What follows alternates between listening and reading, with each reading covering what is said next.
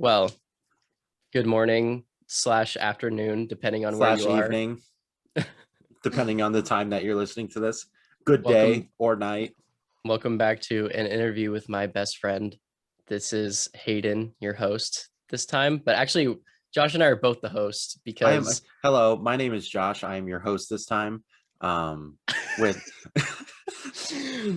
and here we have a special guest, Joseph, our good friend. Hello. Joseph, we've known you for like entirely too long. We should stop being friends after this. Yeah, this is our swan song here. I've already stopped being friends with you guys, so it's in your court to stop being friends with me. Okay. All right. But okay. switching that up a little bit, I actually have a grievance I want to file with you guys regarding this podcast. Just airing out some of our dirty laundry. Yeah, right out just the top. coming out of the gate slamming us. Okay. We're supposed to be asking the questions here. Okay. Welcome to an interview with my here. best friend podcast. This is Joseph, your host. Well, so that's it. I think it's been a misnomer so far. Okay. Because this is the first episode I'm in. So I don't think it's really been an interview with my best friend so far. Because I haven't been there. Okay. Let's pump the brakes on there. So, we're asking the questions. Hey, I will turn this podcast around, okay? All right, hit me with it. Okay, so actually, it is funny that you mentioned that because Josh and I pretty much didn't address it, except maybe in the last episode. Because actually the first episode of this season was just me and Josh. And then the second episode, as we all know, was the Newlyweds game where Becca and I went perfectly fine. Yeah, Becca and I went head to head. If you haven't listened to it, it's because it isn't out yet. For you, Joseph. But when this comes out, then it will be out. Yeah. If you're listening to this podcast and you hadn't listened to the last one, what are you doing? You can't just listen to these out of order just because. Yeah, get back over there. Who do you think you are? This isn't like Friends where it's all like different stories, like just randomly put in a timeline. No, there's a timeline to this. You have to listen to it in order. Come on. It's like Firefly. If you hear it out of order, the show is just going to self-implode. Exactly. Heathens. But this isn't Firefly that actually has people watch it. That's true. That's true. That's true. Actually, fun fact, like most of our viewers are on YouTube, and then we have I think 6 or 7 that listen on Spotify. So I'll take it. Our audio, yeah, honestly, we expected like our parents to listen to this and no one else. So honestly, we're pleased. I did not expect my parents to listen to this. You posted the other day that you have like 1,000 followers, and I was like, really? No. Oh, no. So, and then I checked and I was like, oh, no. Those liars. That's a meme. So in order to post links on Instagram, like in order to attach a physical internet link onto an Instagram post or like a story, you need to have 100,000 followers on your Instagram account. And that is just asinine, absolutely impossible. Mm-hmm. Like you have to be like, I don't know, Bill Gates or some shit to make that happen. Like an actual influencer. Yeah. So not it's just this like influencers. Running joke that I have that like, oh guys, we're so close. Every time we gain 1 follower, it's just like, we're so close. And in actuality, hold the line. Yeah. In actuality, we have 20. So if you're watching this or listening to this, please go over to our Instagram and interview with my best friend and follow us over there. We post almost never. So yeah. But by the time this comes out, maybe it'll be more often. Hopefully. I'm trying to figure out how to do all that fancy stuff where you do like a text post and it's got like a picture in it. It's all like a text pose, one would say. Sure, yes, yeah, text pose. But here's the thing, I'm struggling to make them like visually pleasing. That is a big part of it. I also struggle with being textual, or You shut the hell up. Hey, I messed it up. I messed up the joke. Yeah. All right, I'm kicking him from the call. All right, sounds good. next guest. This has been an interview with my best friend. Thank you for stopping by. We appreciate it. I don't think you guys have asked me a single question. It's been all of like 5 minutes. Anyways.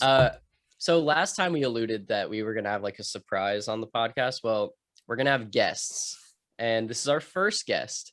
It just kind of shook out that way with scheduling. It's been kind of a nightmare.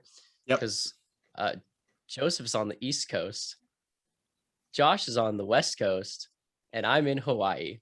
You're on the Hawaii coast. Yeah. So it makes it a little bit middle of nowhere Pacific Ocean. So Joseph, I have a question for you to kick us off. Can you please recite the car theft alarm verbatim? Boop, boop, bam, bam, bam, bam, pew, pew, pew, pew, pew, pew.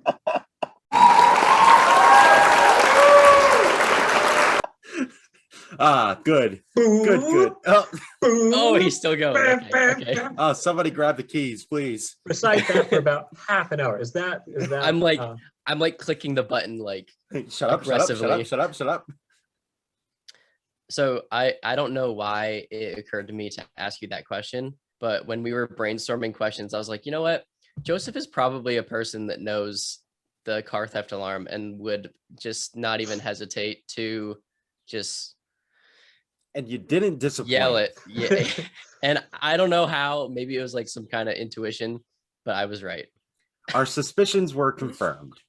So also, thank you for doing that. Also, that I can meet expectations. I definitely forgot to say possibly move away from your microphone, but it doesn't matter. Okay. Yep. Damage is done. Sorry, everybody's ears.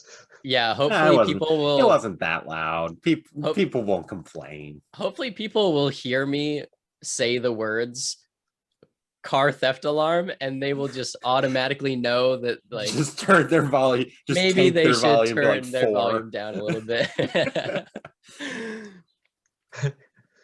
Okay. On to an actual question. That was an actual question. Onto a more serious question. How about that? Okay. Joseph, could you explain like what exactly you're going to school for? Because I still don't completely understand what you're in school for. Yeah, Joseph just told me, and I still don't understand. So I am a bioengineering PhD student. That's crazy.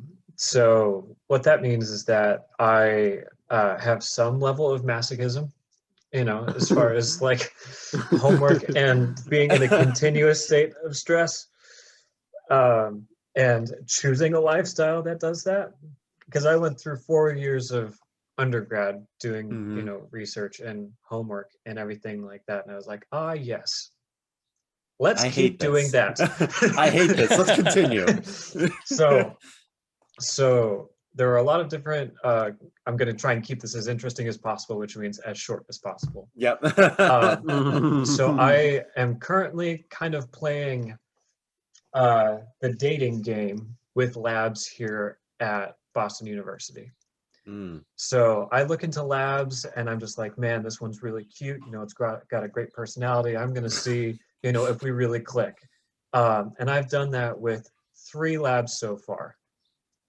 And reflecting my actual, relationship, status, none of them have worked. No hits yet? Oh no. The one that really looked like it was going to work out really well. Like I messaged the prof and they're like, hey, I really felt a connection. I felt like it was really good. It's the equivalent of saying that they're moving away. They lost funding. It was like, it would work really well, but nah. Oh man. So I am still still single and ready to mingle with a lab that is willing. That's so disappointing to hear, because I thought when you set it up like that, I thought you were gonna tell like a Goldilocks story where it's like, this one was too soft and this one was too hard, but this one is just right. But they're moving away. Yeah. So but it's just a shame. And I don't want to talk about COVID during this, but that just kind of is the spiciness on top of all of this. So It's I'm the currently spice on of that my life. 4th rotation, and I'm working with I'm doing some modeling, which for the Ooh. radio viewers out there, I am just stunning to look at. So it's not, not too surprising. Yeah, I I'm mean, not surprised by that. you do have a So pretty nice looking beard going on. Yeah, I am much growing better my than stress mine. beard out. So, but as far as what I do specifically, or in your case, Hayden, specifically, Yes. I Perfect. Well, you do it I Atlantically. I do it Pacifically. yeah, ain't that a weird thing? I never thought I I would end do up it in New inland England. Washingtonly. Nailed Lake it. Coeur d'Alene. Later. Spokane Riverly. Wow, one of my favorite tangent and Yes. shameless thing. I am the Please tangent tangent. king. Please tangent. One of my favorite. Do you guys watch the Internet Historian on YouTube? I do not. I've seen maybe 1 or 2 videos. So funny. The dude is so funny. He just goes through like historical events that will never end up in a history book or like will, but goes through them like really in a really funny fashion.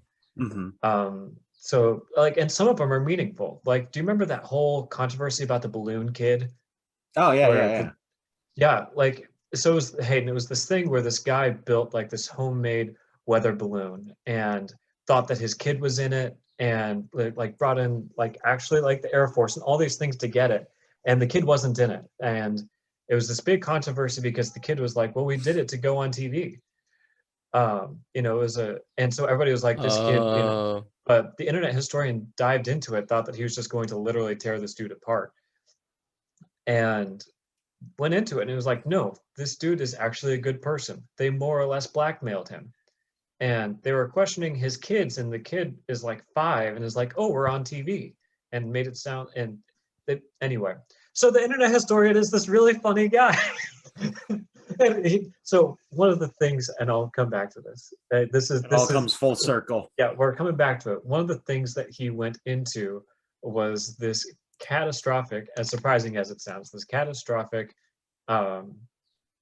like furry convention in Seattle called Rainforest, where they did so much damage to the physical hotel that they were never allowed to come back. And I will leave you guys to go and watch the video because it's amazing. But they tried to have this convention in this place called Spokane, Washington.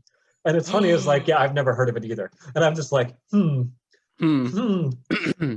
heard of that place. I've never heard of that place either. But the funny Seems thing like is, middle of nowhere. Yeah. Where is that, on the moon? Yeah. Yeah. But anyway, what was the question again? It was just what you're what I do for. here. Yeah. So So Joseph is a PhD candidate student, and I am not a candidate yet. A soon-to-be PhD candidate student. Wait, so how does that work? Days, Can you explain that? I will do my best to, because I don't fully understand it either. Okay. So I'm a PhD student now. I'm in the PhD program, and in 10 days, I have what are called my oral qualifying exams. So they gave us 6 papers. 3 of them are on biomechanics, and 3 of them are on tissue engineering.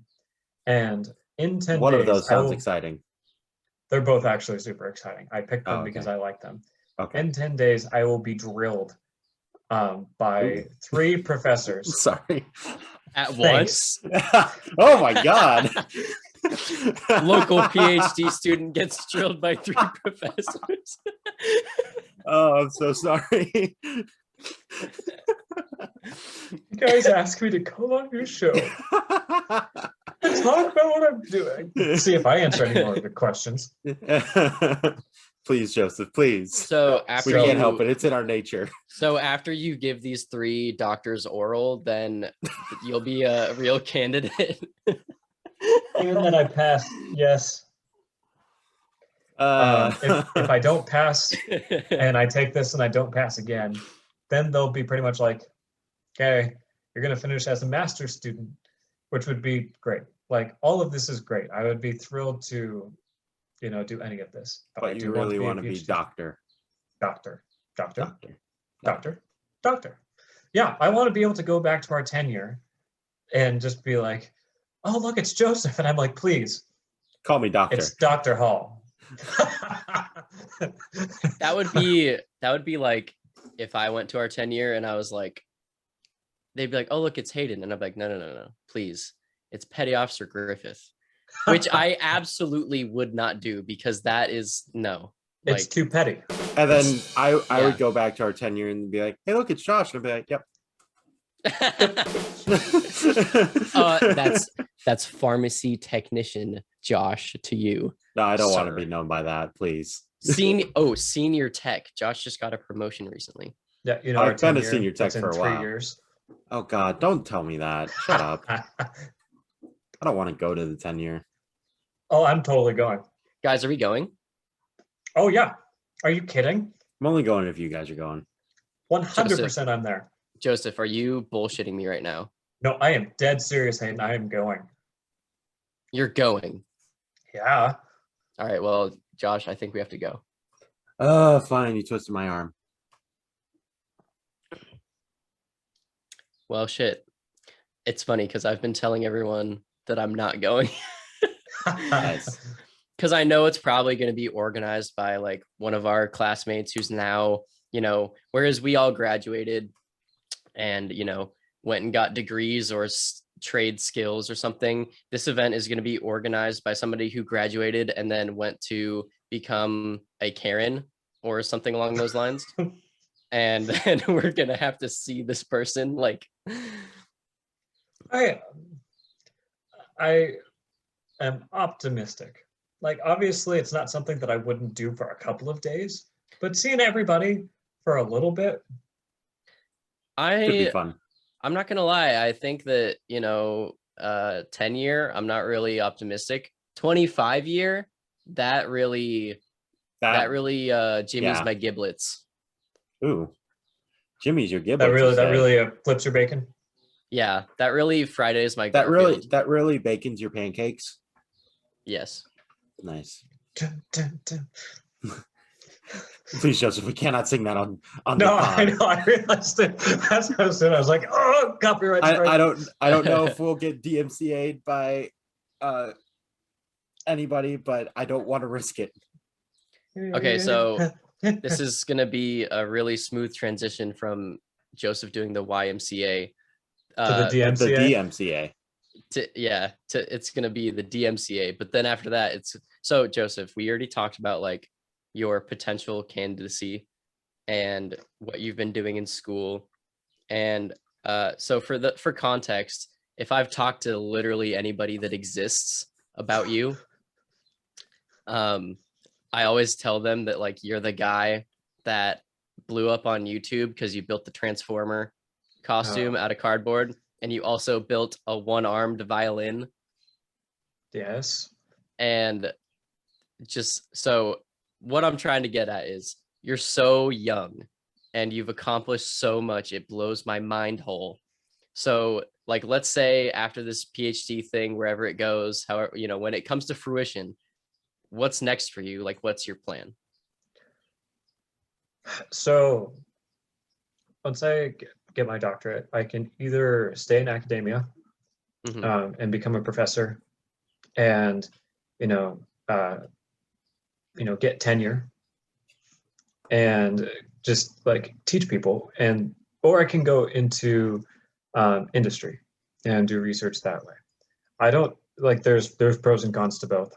And I'm not really sure at this point which one I will do. Academia is really appealing. And I've kind of been in it for the last 20 years of my life on some level.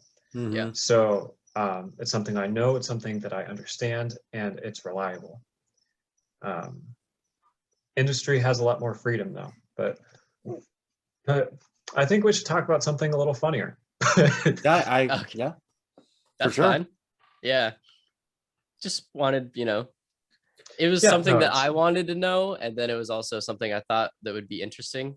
Oh, for sure. Because yeah. I had no idea that like after getting your degree, they would just be like, all right, you're a teacher now. Have fun. Well, so what I would do after this is become what's called a postdoc. so postdoctorate, and so you can still What's work in up, a lab. postdoc? Postdoc. So that's something that is also an option. I don't know how long people tend to be postdocs, but I think you become a postdoc if you want to go into industry, and so you just kind of keep working in the lab that you're in until you find that next place, and then you work on that transition. Yeah. Okay. So you want to talk about something funnier? Okay. Cool. This isn't in my list of questions, but it's just something that I want to know.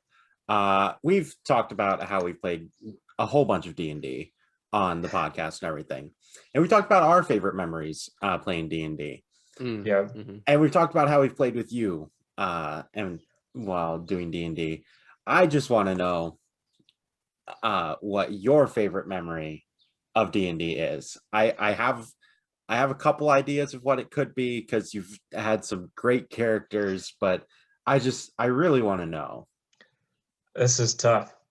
So again, 'Cause I'm an I old know- person, so I'm a long-winded, multifaceted. Like eventually, I'll get to the answer if I don't Oh, forget for what sure. the question was on the way there.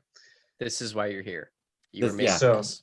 to augment this podcast, the three of us need to cumulatively convince Quinn to give us the recording of our first D&D session. Oh God. You recorded it? Yeah, Quinn there's a recorded it. recording it. Yeah, because Lauren wanted a recording of it because he wanted to see how he would do as a DM. So we recorded it. We recorded the corridor Shit. staff. The corridor staff, What the? me shouting, "Oh, this meeting only has 10 minutes left." 1 second. How is that possible? Don't worry. With the power of friendship, I can upgrade. Does that cost money? We'll find out. I think if you make me the host, it'll be okay because I think I have unlimited Zoom through school. Yeah, but we need the recording. Yeah, we need the recording like for Oh, us. okay. I yeah, think 'cause I if also do because I'm still bumming off of the University of Hawaii's. Well, then I'll just make you the host of it. Oh, you can do that? I should be able to. Make host. Do you want to change the host to Hayden? Yes. Look at me. Look at me. I'm the host now. We still got a timer, so that's kind of strange. Oh, that's not very cash money. Okay, hold on. Let's figure this out. Let's figure this out live. Fuck it, we'll do it live. View. No, that's not it. Oh shit. Nope. Oh, here we go. I can mute all of you, including myself. That's appealing. That's very nice.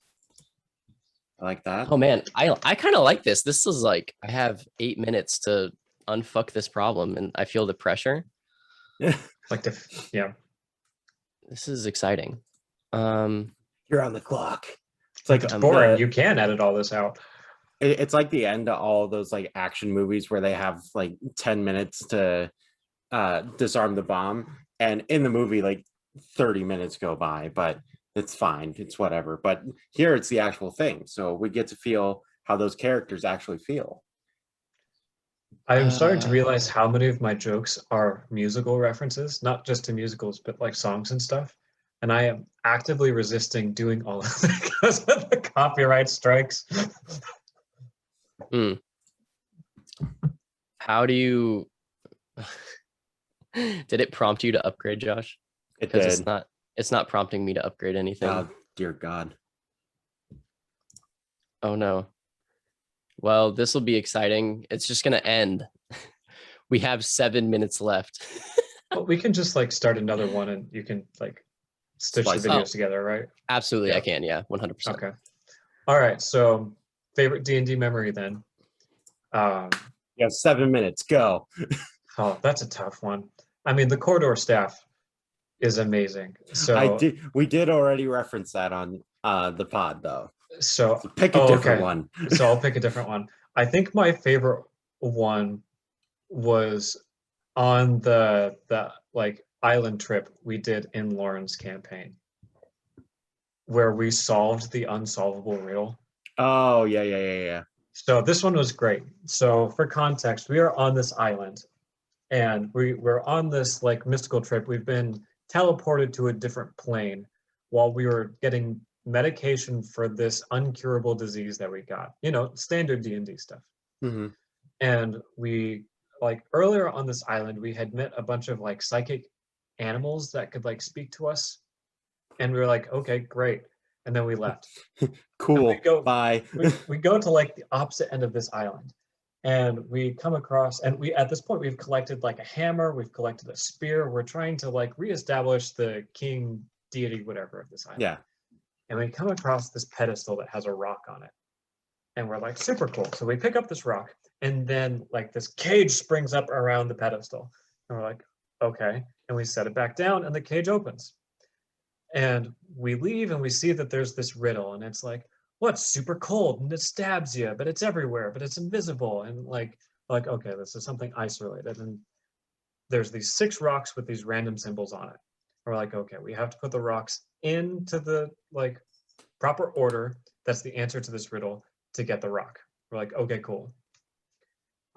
There's 6 factorial different options to do this. So, which is what, 700 something.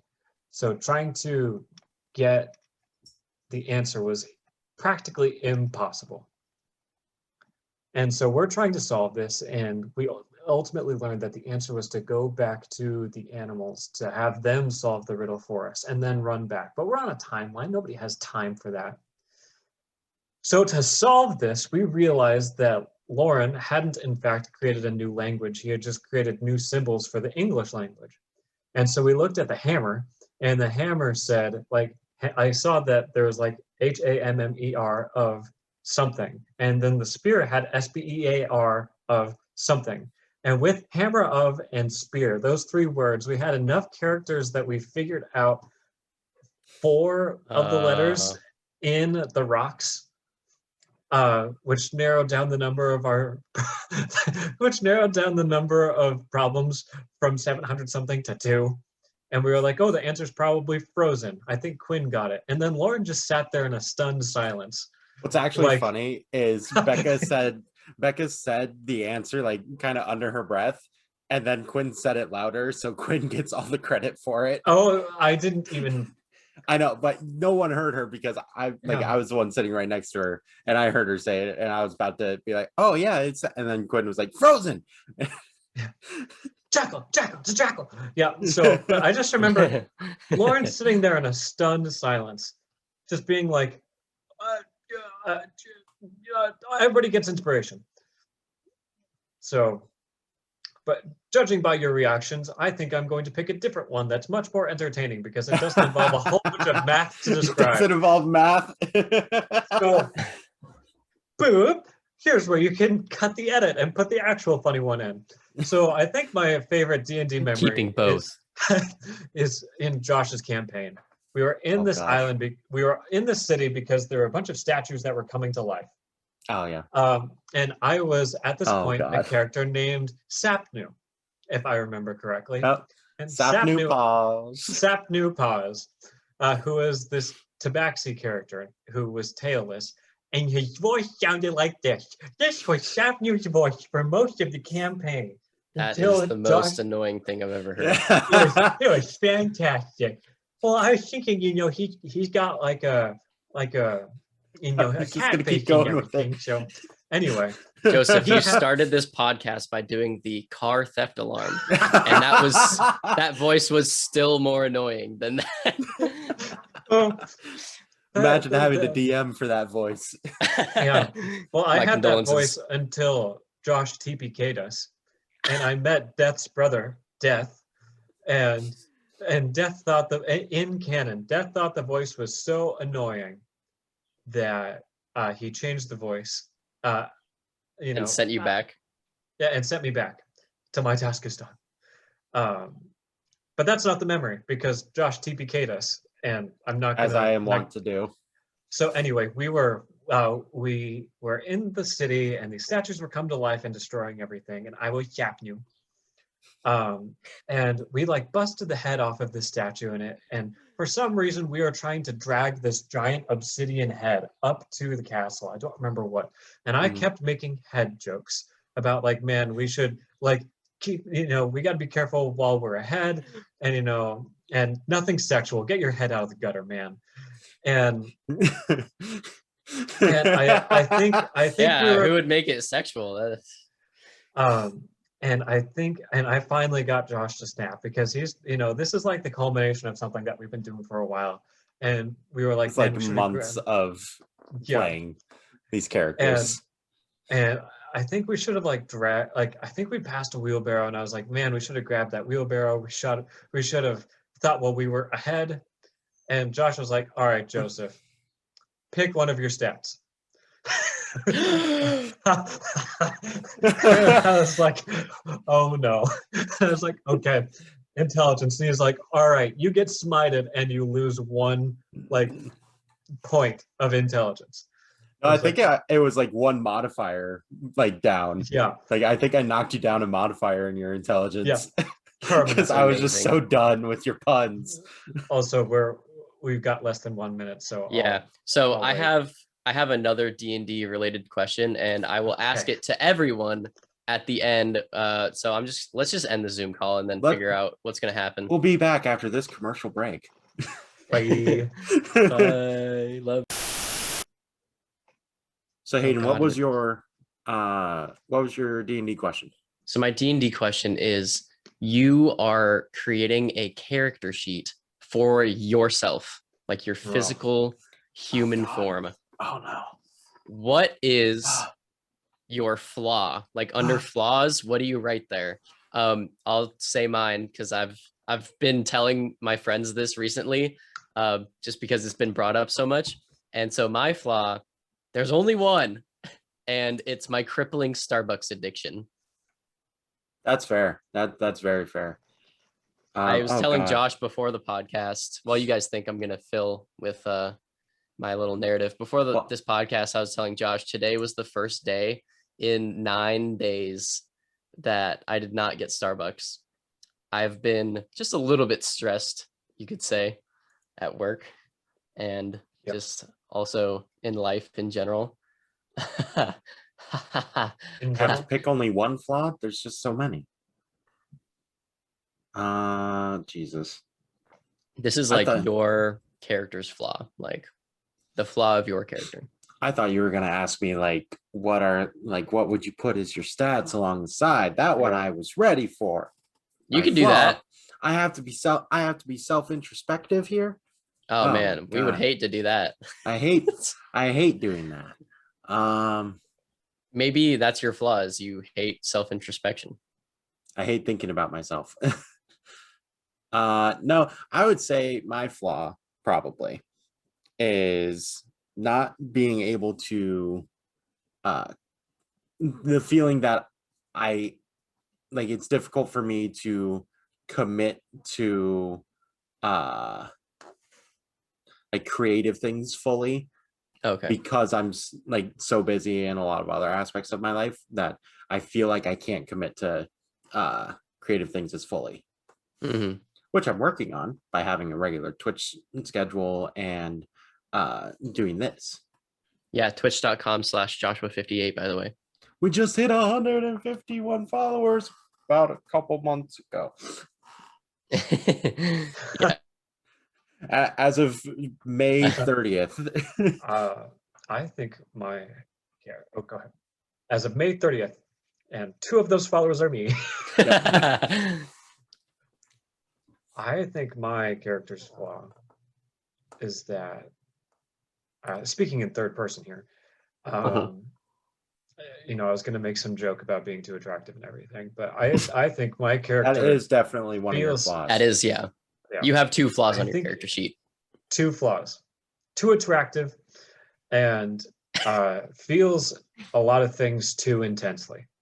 I get that. Because it comes to get me in relationships, it comes to get me with everyday stresses. I feel everything so intensely all the time. Yeah. and it's overwhelming. And I know that's something that a lot of people deal with. Oh, But absolutely. it makes it really hard, for with like mental health. Like, am I overreacting to this, or is this a healthy amount of reacting to this? Right. Yeah. I feel like that's something that people in our generation struggle with a lot. Like I've been talking to a lot of my friends recently because, not to like beat a dead horse, but it's been a tough year. Everyone knows that. And so people are wondering exactly the same thing. It's like, am I reacting appropriately to this? And the advice that I've been giving people is, you gotta, when you feel something, it's valid. Whatever it is, whatever you're feeling, you have to take it at face value and you have to take it in, feel it, let it come to its own little feeling fruition, and then let it go. But it's when you dwell on it and you let it, Are you having audio issues, Joseph?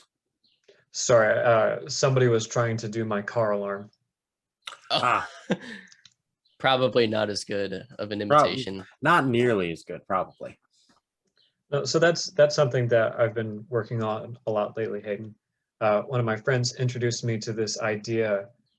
Your car alarm? Yes, the car alarm. You've been working on that recently? It's been revolutionizing my life. I was gonna say you did rather well. You just kind of came out the gate and you just yeah. like swung for the fences. It was really impressive. Well, I don't have a car anymore, so if anybody tries to steal me, I have to be prepared to do that. If somebody comes into my room and I'm glad I didn't start drinking before that. Yeah, no, if somebody comes in and starts to steal me, I can just boop. Or like if somebody like tries to key you or like kick your tire or something, yeah. Or lift me, but off kilter. Yeah. Or if there's an earthquake, I just start. That's how my. Yes, the famous Boston earthquake. Yes. Dude, there was an earthquake a couple of months ago that I felt. What? Yeah, so East that's Coast one of the perks of having earthquakes. near debilitating like motion sickness. I was sitting on the end of my bed, and so here's the fun thing. I live next to the subway. The fun thing. Sometimes it's a train, sometimes it's a subway, and every once in a while it just kind of goes, and I'm like, okay, there it goes. But this one, it wasn't a, it was a, and I was just like, well, that felt different. That's and no so train. I pulled up my phone. So I checked the time and I looked at my phone and I was like, did an earthquake just happen? And Google was like, oh yeah, a whole bunch of people just felt an earthquake in Boston. I was like, well, that's cool. Because, okay, so phones have accelerometers in them.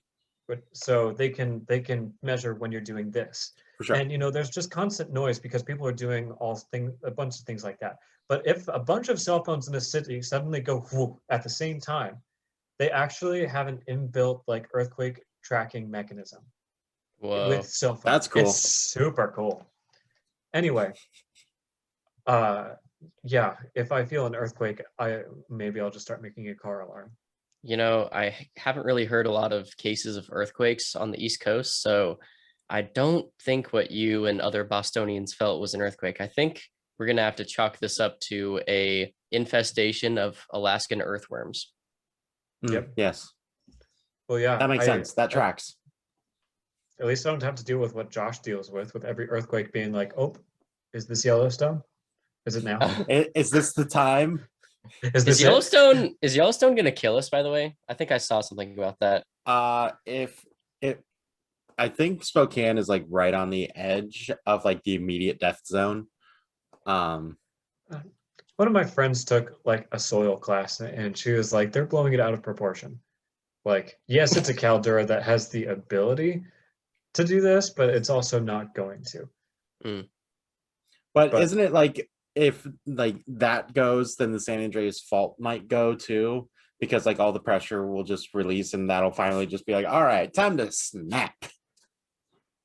Well, I mean, California is not going to fall into the ocean. That's not how. But what if it did? I mean, well, that would then be Lex great Luthor would get all that real estate in Nevada. He would get all that real estate. Yep. Yeah. Honestly, I think California should. Real estate. Oh my god. That's so good. Oh my god. Well, We were talking about emotions. it's free real estate. We So were. Josh has one more question, but I think we might be not having enough time. So if we have time, we'll ask it at the end. But this is your moment, Joseph. Do you have any questions for us, either both of us or both of us individually or otherwise? Well, when I said that earlier, I was joking. I was going to ask you guys about like biomechanics or pore elasticity or reverse, but These words mean nothing to me. Like I yeah, could exactly, try to, which is why it was going to be funny. I could try to, whip something out, but maybe just ask me about something and I'll just kind of, riff and we'll see how close I get. And I'll raff. Riff raff. Okay, that'll be fun. Okay, yeah, let me ask you guys a scientific question from Joseph, and you guys give me, and I want to be sincere about this. No wishy-washy, no anything. You guys give me the absolute concrete answer to what I am asking. Okay? No Google. Okay. No Google. I definitely don't off have the cuff. Google up on another screen here. No repeats, no hesitation. You guys have to start immediately. Okay. All This right. this bioengineering explanation will be just like Joseph's car alarm. Yes. Yes. Be exactly. the worst thing ever. I'm ready. So what criticisms do you guys have of Dr. Q's cellular remodeling of fibrotic conduit as vascular grafts? Well, first of all, he didn't use enough bears in the research. You're right. I would like to contend that the cellular grafts has nothing to do with the experiment, and he should focus all of his energy into stem cells instead. Because that's way cooler. I think to better the United States of America, he should have just foregone all of that research and researched why Disney didn't lay out a plan for the sequel trilogy of Star Wars. Like there might have been something in the supplemental about that, but please expand on the bears. Oh, the bears? Well, bears are just the best test case subjects of anything. They're pretty much just big wild dogs, and I just want to scritch their chins. And if they maul me, they maul me. And bears are just really the greatest subjects that you could ever test on. You see, if they maul Josh, then Josh might need a skin graft. So exactly. He's really just furthering the research, in my opinion. And also, I would like to bring up that, we currently don't have any form of bioengineered super soldiers. And well, as we all know, the world velociraptors are extinct. Yes. And since velociraptors are extinct, the next logical solution for what animal we turn into these robotic super soldiers is obviously bears. Yeah. Grizzly bear, the perfect killing machine. I mean, have you seen them run? They're like fast as fuck, boy. Fast as fuck, boy. I mean, we can barely fight them right now. But I feel like of all the animals, they could, bear it best. God. Joseph, pick a stat. Charisma. We have to nerf Joseph's charisma. Okay, take your charisma from 30 and drop it to 29. When it comes to jokes like this, you kind of just gotta grin and bear it. I knew where you were going with that. I knew as soon as I started it, you were just like... I was like physically preparing myself for the pun. It's like, looking, here it comes. It's looking pretty grisly here on the podcast. Oh God. I'm in hell. I think we're having a Kodak moment. I'm in hell. You mean a Kodiak moment? Now you have to ask Josh one. This is the polar opposite of what I wanted. That's the spirit. Guys, this is a podcast. This is not just black and white, okay? Oh my God. I think you guys are really pandering to the wrong audience.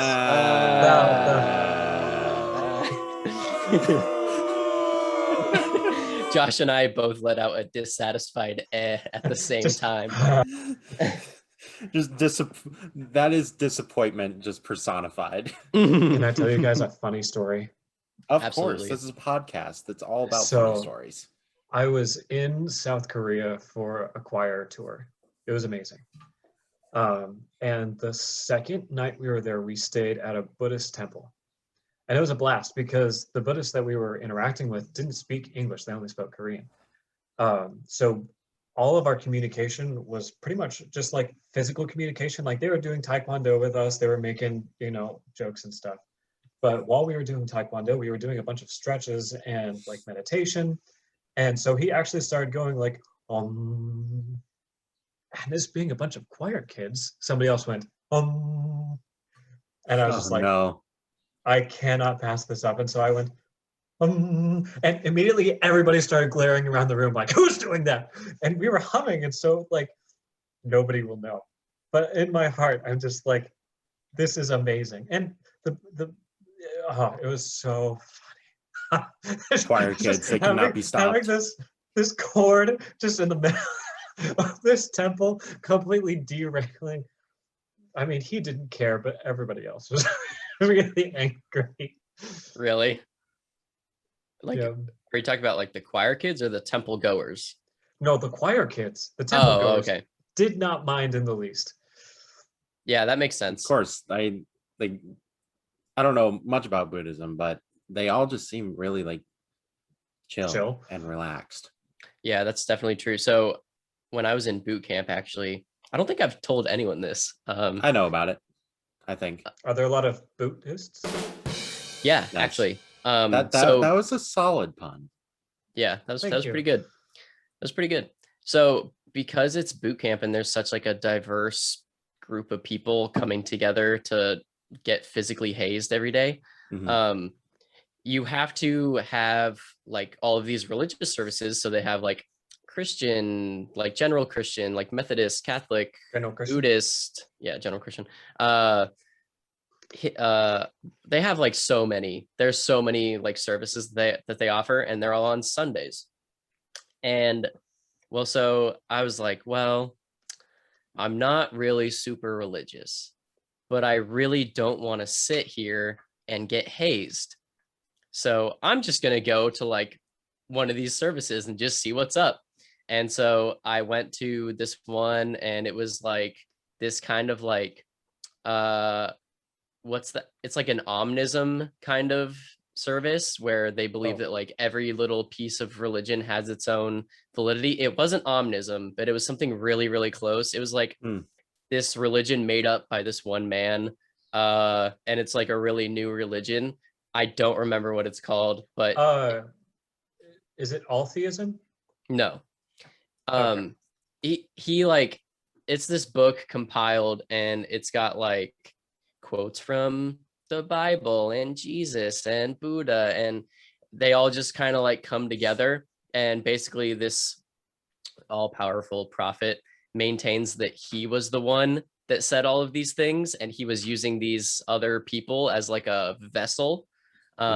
It was really, really interesting, but I was like, this is absolute like insanity.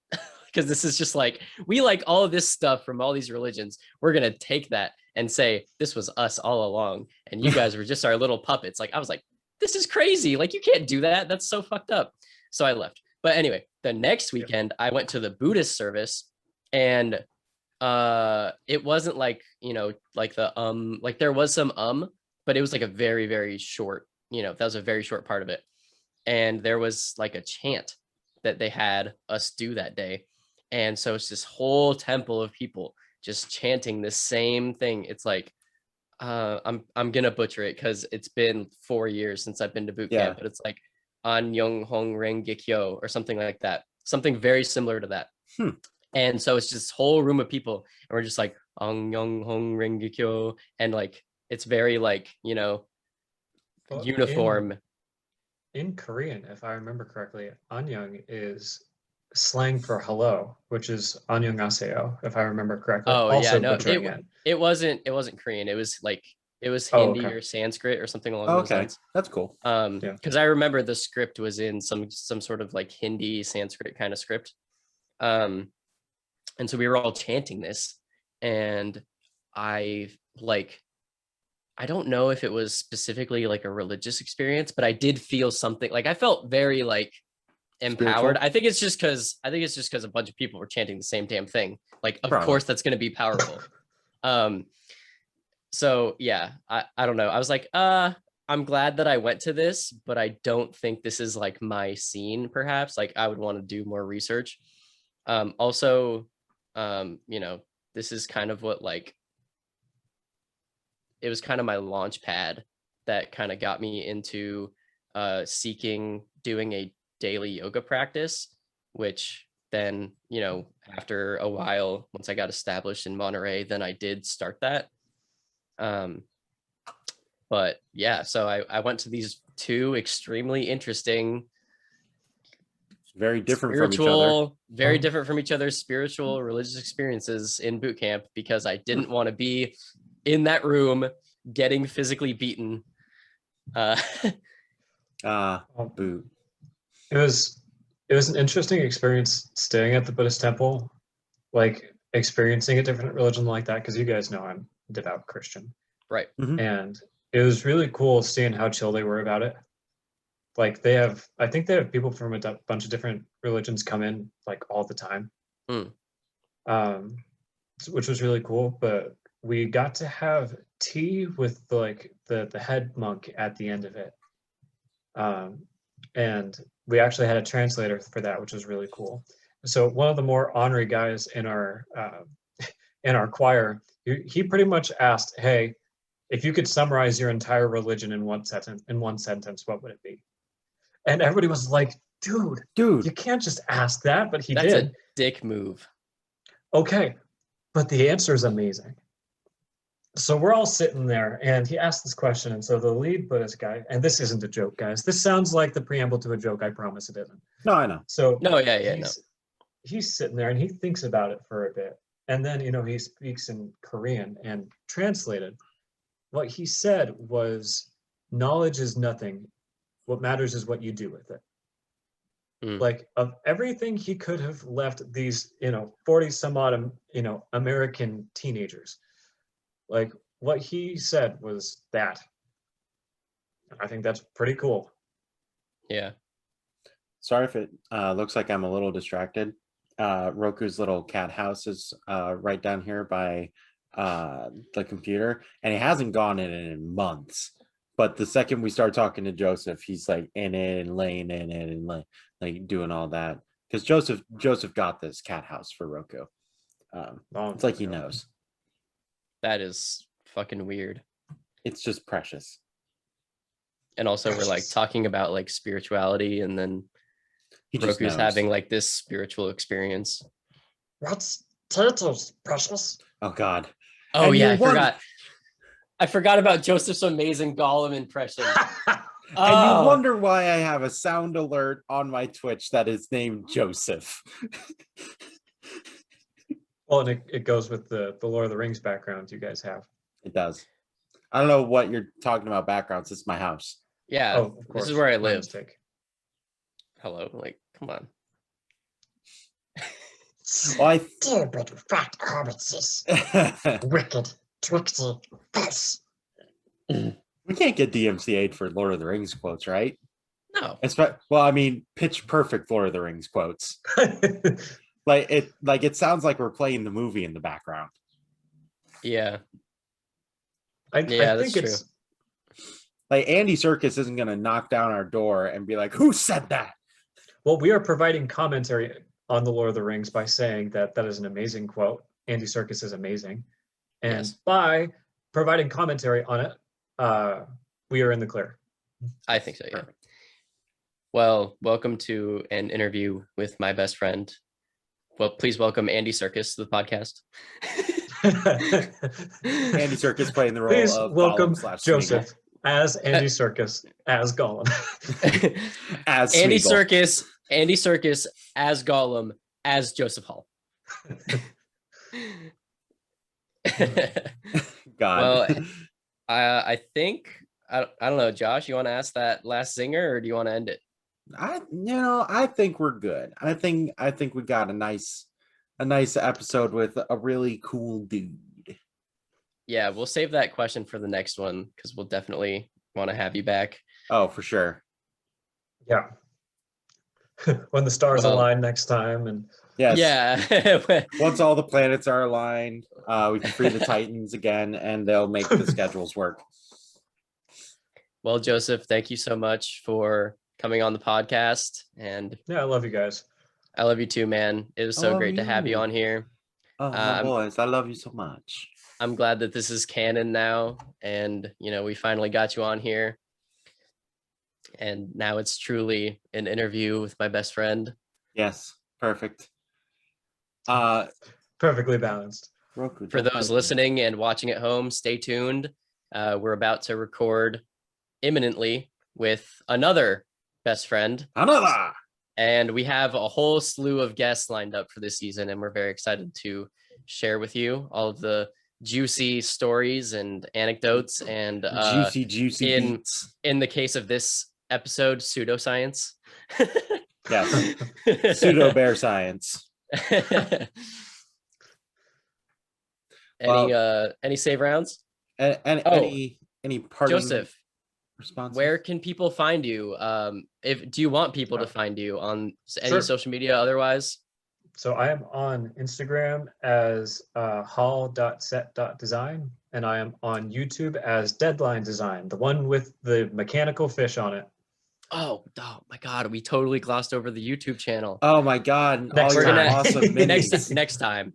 Oh, Next time, yeah. baby. We will absolutely talk about that next time. But yeah, please check out Joseph. I will link down to everything in the description. Actually, Josh is editing I this will one. link Josh down. will do that shit. I will do Not the me. linking. I will Look do at none me of this. go. Yeah, Joseph, you just sit there and be amazing, okay? Oh wow, look, you're already doing both of those things. Wow. Incredible. Trying really hard. So All right. Well, thank you everybody for watching this episode. We love you. We love your faces. I know that's a Philip DeFranco thing, but I love your faces more. and if you're an audio listener, thank you for listening, all 6 of We you. love your ears. I love your ears. I love your ear holes. I like getting in those ears. Get Well, get this out of has here with been- those ear holes. This has been a very interesting episode of the podcast. Thank you, everybody. We'll see you next time. Bye. Bye. Bye. Love you. Bye.